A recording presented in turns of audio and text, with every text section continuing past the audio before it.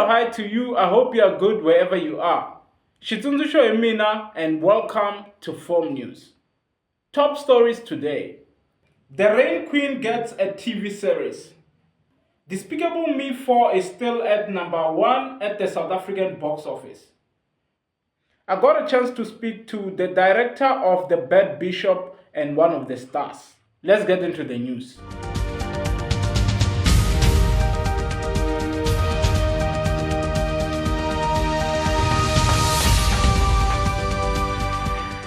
A South African TV series about the Rain Queen, Queen Modjadji, is coming to Mzansi Magic this coming Sunday. We got a chance to speak to one of the stars, and this is what he had to say. I'm playing a character by the name of Dabedi. He's a keeper of secrets, a love interest to the queen and the queen's friend. It's a historical moment for us to learn about Queen Modjadji, the culture, the structures, the values, the principles, all of that from a cultural point of view. And from a story point of view, like visually, cinematically, it's, oh my God, it's a spectacle. Let me put it that way. Yeah. It's a spectacle, Yeah, like seeing magic on TV, but for the first time, you know what I mean? Like black magic. Yeah. Okay, that's fine. No, not black magic, but magic. Yeah, Kikosi, yakinisa boom.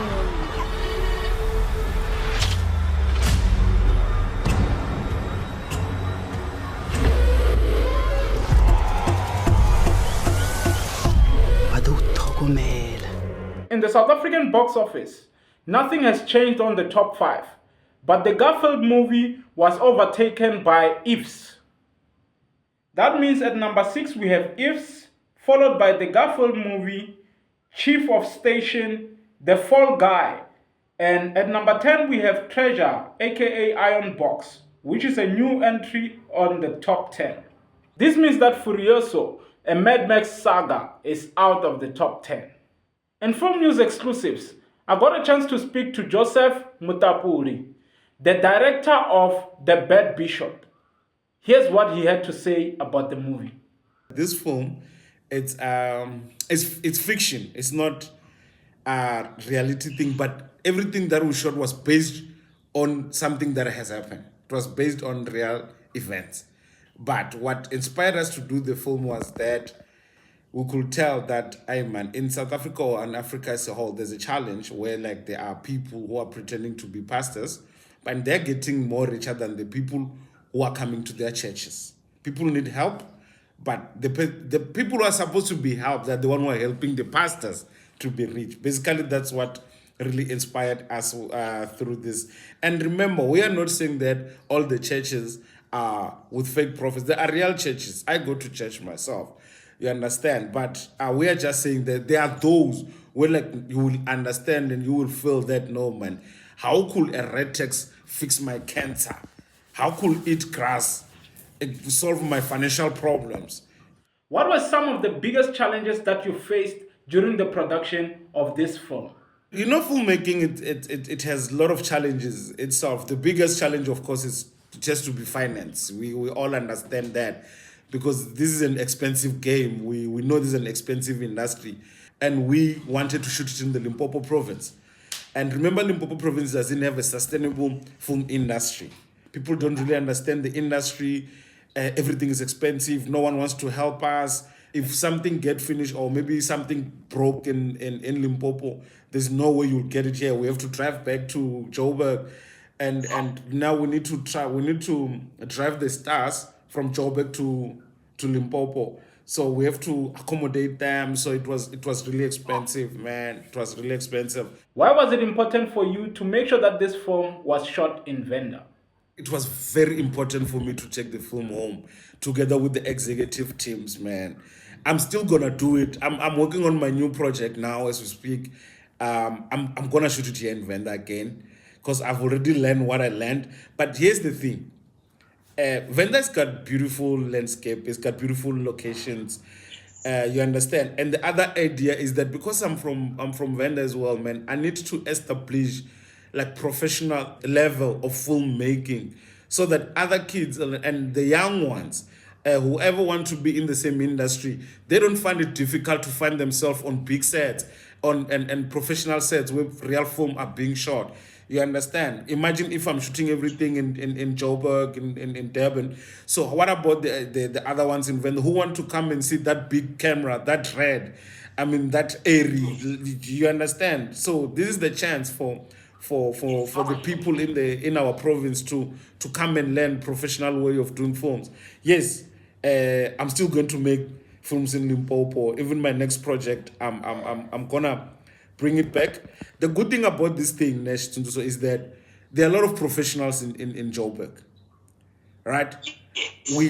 As we are working, we tell them that we're taking this project to Limpopo, and we tell them the idea and the reason why. To say, we're gonna find you your juniors in the Limpopo, which means as much as you are working, you are training them. How many editors and edits did you have to go through to give us this final cut of the movie? The film was edited by a guy called, I think his name was Tabang, the very first editor of the film. Where, like, when we were shooting, he was cutting offline, right? Oh yes. Then after that, I become the editor of the film, the senior editor of the. But I was not doing online. I was offlining the film. He's putting the whole story together. Then the writer of the film, who's Shumerani Mapori, he's an editor as well. He came and looked into the film because he's an editor, and he's a very good editor. He had to come with his own cut. Then we had to use my cut and his cut. Then there's Sylvester, who's a brilliant editor as well. He came and we gave him the film to say, just fine tune the film, just make this thing nice. So then we had Tamang, me, Blue, Sylvester, until it goes to the online guys. You understand? So basically it had like about 4 editors, eh? So that's how hectic the film was. And the other reason of this is that we couldn't finish the whole film. We didn't shoot everything we needed to shoot. So now we had to use what we have on the footage to make the film that we have now.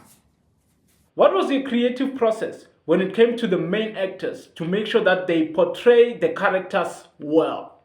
There's something that we did with the writer, and more especially with Tebatso and Vutirhelo, right? Before we go to shoot, I had to sit down with them. Those two more especially. And I had a lot of time, even on set, to sit with all the musketeers to say, yeah, we discussed the characters. We had to talk about it a lot. And I did a lot of references, man. Like, I'm not going to tell you where I got them, but yeah, I did a lot of references, and I showed them to see these pastors. This is how they talk. This is how they do this. This is how you understand. So it was like a mini workshop that I had with them. But most importantly, I needed to develop a good character between Tebatso and Vutirhelo. So we had a lot of like sit downs and workshops. Every time we get free time, man, we have to discuss about these things and the characters. So that's how we did it. You were dealing with a lot of people in this movie. How did you manage the crowd control?